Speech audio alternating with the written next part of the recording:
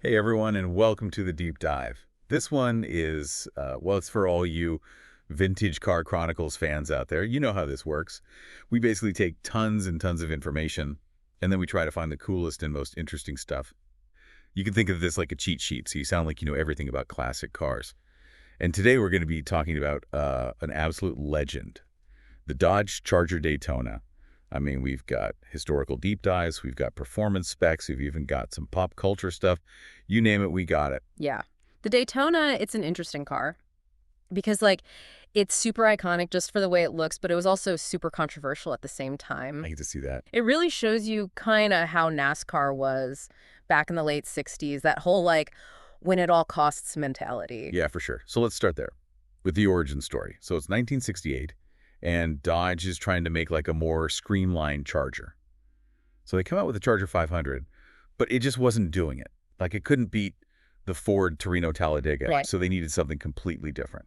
And that's where the Daytona comes in. Yeah, and like you said, Daytona, it's not just a cool name. It's a radical answer to what we call the Aero Wars. So it was this whole thing between Ford and Chrysler. Really? They were basically pushing each other to go faster and faster, Wow. which led to some pretty crazy car designs. So, okay. So paint me a picture here. Yeah. Who are the main players in these Aero Wars? Well, you've got the Dodge Charger Daytona, Right. obvious. And then you got its cousin, the Plymouth Superbird. Okay. On the Ford side, you got the Torino Talladega. That's the one you mentioned. Yep. And then there's the Mercury Cyclone spoiler, too. Okay. So, they were all pushing the limits, all these cars. But the Daytona really kind of became the symbol of this era just because it was so out there with the design. Oh, yeah. And out there is putting it lightly. Totally. I mean, that 23-inch rear wing, that thing wasn't just for show. Well, no, of course not. Like, how did they even make that thing work Yeah, how did they engineer it? at 200 miles per hour? It was all about downforce. Oh. The wing, it gave the car downforce, which you really need to stay stable at those speeds. Oh, I see. So it's a great example of aerospace technology making its way into car design. And it wasn't just the wing, the nose cone was a big part of it too. Yeah. Cutting through the air and all that. And then they made the rear window flush too, just another way to kind of cheat the wind. Wow, that's wild. Mm. So all that stuff wasn't just to make it look cool. No. It was because they needed it to go fast. Yeah, they needed the speed. And it worked. So Buddy Baker, he hits 200 miles an hour in a Daytona at Talladega. Yeah. In 1970. Yeah. Now, that must have been insane to see that. Oh, yeah, it totally was. And after that, everyone knew the Daytona was a performance car. It proved it. But the thing is, this whole golden age of winged warriors didn't last that long. How come? NASCAR changed the rules by the end of 1970 and basically banned these cars from racing. Wow, so these cars that were built specifically for racing were suddenly street legal? That must have been pretty crazy to see those things driving around. Oh, yeah. Just picture it. You're just driving down the street and a Daytona just pulls up next to you at a light. Wow. It must have been a sight. And Uh-huh. remember, there were only 503 street legal Daytonas ever made.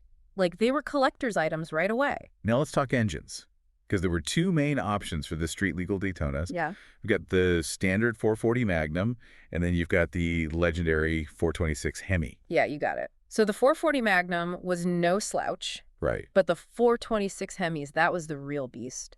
And with only 70 Hemi Daytonas ever made, those are the holy grail for collectors. So since we're talking about collectors, for the Vintage Car Chronicles listeners out there, what are we talking about money-wise for one of these Daytonas today? Okay, so if you can find a 440 Daytona in decent condition, Okay. you're probably going to have to shell out a couple $100,000. Easy. Wow. But if you want one of those rare Hemi Daytonas, you're looking at well into six figures. And some have even gone for over $1 million. $1 million for a Daytona. Yeah. That's crazy. But before our listeners go and spend all their money, let's talk about what it's actually like to own one of these things. Okay, so that's where things get kind of interesting. Okay. Because the Daytona is super cool and all, Yeah, but it's not really known for being a practical classic car. I can imagine.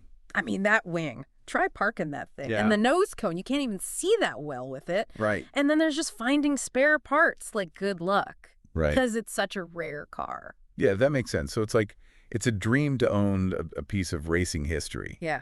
But it's not something to take lightly. There's definitely some stuff to think about. But Yeah. hey, That's all part of the Daytona story, right? For sure. It's a car that people have strong opinions about. Yeah. Like, some people love that crazy design, and then others think it's just not practical. They think it's overrated, and that's kind of what makes it so interesting. Yeah, I can definitely see that. So, before we get into that whole debate about the Daytona's legacy, let's go back to the assembly. Because it wasn't as simple as you might think. All Daytonas actually started out as Charger 500s. And then they went through this huge transformation. So imagine, you got a regular Charger 500, it rolls off the assembly line, Okay. and then they ship it off to like this whole other place, and it becomes a Daytona. Really? So Dodge didn't even do all that stuff themselves? Nope. That was pretty weird. Especially for a car that's all about performance. I know, right? So they hired this company called Creative Industries to do it. Okay.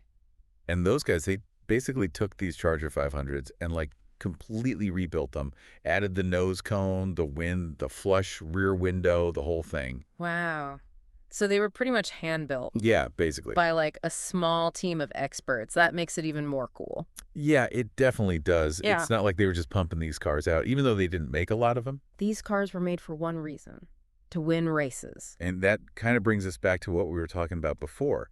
Is the Daytona overrated? Right. I mean, on the one hand, you've got this crazy racing history, the wild design, and it's super rare. But on the other hand, it's not exactly a car you can just drive around every day. Yeah, it's a good question. Like, it's definitely worth a lot of money. Yeah. But that doesn't mean it's fun to drive. Right. Can you imagine trying to park that thing with that huge wing? Oh. Or, like, finding parts for that nose cone? Forget about it. Yeah, for sure. So for our Vintage Car Chronicles listeners, we've talked about the downsides. Mm-hmm. But why do some people think the Daytona is overrated? Well, some people just don't like the way it looks. I can see that. It's that giant wing and that long nose cone. Like, they might be good for going fast, but they're not exactly pretty. And then there's the whole practical thing. Right. This car was built for speed, not for, like, driving to the grocery store. So it was like a piece of art. Yeah, kind of. Something you look at but don't actually want to touch. Yeah. But what about people who love the Daytona and its history? What advice would you give them? I'd say know what you're getting into.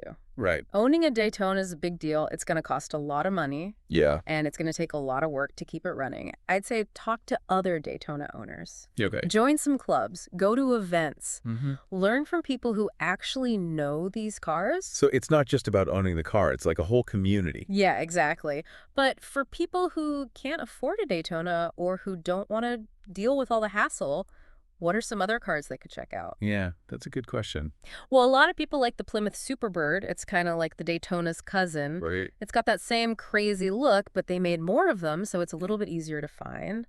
And if you're open to other Mopar muscle cars from the same time period, there are tons of options. Yeah, like a 1969 Charger. Yeah. Or a Super Bee. Yeah, Or even a Coronet totally. with a big block engine. Dave. That's the classic muscle car experience. For sure. Without having to spend a fortune. It's all about finding a car that you can afford that fits your life, and most importantly, that you're actually passionate about. Exactly. Like, collecting cars should be fun. Right. It's about the thrill of driving. Yeah. Not about having the most expensive or rarest car. So before we move on from the Daytona, I want to go back to something you mentioned earlier Yeah. about how they were made. Mhm. You said Dodge hired this company, Creative Industries, to do the modifications. Tell me more about them. What was their deal? Yeah, so Creative Industries, they were pretty small. They basically just did custom car stuff, but they were known for doing really good work. And Dodge knew that they could make this Daytona design a reality. So it wasn't like they were just like slapping parts on. Oh, no. These guys were building some of the most iconic muscle cars ever by hand. That's pretty incredible. Yeah, it really is. And it just goes to show you how intense the Aero wars were. Like, Dodge, they had to get a car out there that could compete fast. Yeah. And they needed someone who could handle that crazy design and get it done quick. It's kind of wild to think about. Those Charger 500s just showing up at Creative Industries. Yeah. Like blank canvases, just waiting to become Daytonas. So what all did they actually do to those cars to make them into Daytonas? Well, it was a lot of work. Like that nose cone, that was a big one. Yeah. They had to make sure it fit perfectly. And that rear wing with all those supports and braces, that was some serious engineering. And then there were all these little things too. Like what? The flush rear window, the scoops on the fenders, all that stuff to make the car go faster. So it was like a real team effort. Dodge had the idea and Creative Industries made it happen. That's a cool story. I mean, it makes the Daytona even more legendary. Totally. It shows you how important it is to work together and to have people who really know their stuff if you want to push the limits in car design and make it perform. Good. So before we talk about how the Daytona became famous, there's one thing we haven't really discussed. What was it actually like to drive one of these things? All right, so picture this. You're sitting in the Daytona. You start up that huge V8 engine. You can feel it rumbling through the steering wheel. Oh, yeah. You pull onto the track. The wind is whipping past that giant rear wing. I bet. You start going faster and faster. The car just hugs the ground cause of that downforce. It's like you're stuck to the road. But we talked about how hard it is to drive a Daytona every day. So what about those aerodynamic features? How do those work out in, like, normal driving? Well, that huge wing, it's great for going fast, but not so great when you're trying to park. Right. And that long nose cone, it's made to cut through the air, but it can be hard to see over when you're going slow. I see. So basically, it's a car you got to respect. On the track and on the street, Yeah. you got to know what it can and can't do. But if you can handle it, it's probably the best driving experience ever. Yeah, I can only imagine. It's like raw power, like back when muscle cars were all about performance, not like comfort or anything like that. So speaking of the Daytona's impact off the track, it's been in some movies and stuff, right? Yeah, it has. I feel like I've seen it in a few things. It was in that movie Fast and Furious 6. Oh, yeah. Vin Diesel, he drives a Daytona in that one. Okay. There's that scene where he drives it off a ramp and it flies through the air. Yeah. You can see that huge wing in the sunlight. It's an awesome scene. And there's Joe Dirt, too. That one's a classic. Right. The Daytona in that movie, it's all beat up. The paint's messed up, and it's missing a headlight. I remember that. It's like it was a character in the movie. It really fit with the whole, like, quirky vibe of the movie. Yeah. It's crazy how the Daytona, it came out so long ago, but people are still obsessed with it. They put it in movies and stuff. It's like a symbol of speed, power, rebellion. Well, folks, that's our deep dive into the Dodge Charger Daytona. Get over it all. The history, the design, how it performed the challenges, and how it became a pop culture icon. Hopefully you guys learned a thing or two. Yeah. And for all you Vintage Car Chronicles listeners out there, don't forget to check out our daily episodes. You can find us on Spotify, Deezer, Apple Music, and YouTube. We got tons of cool stories about classic cars. Keep those engines running.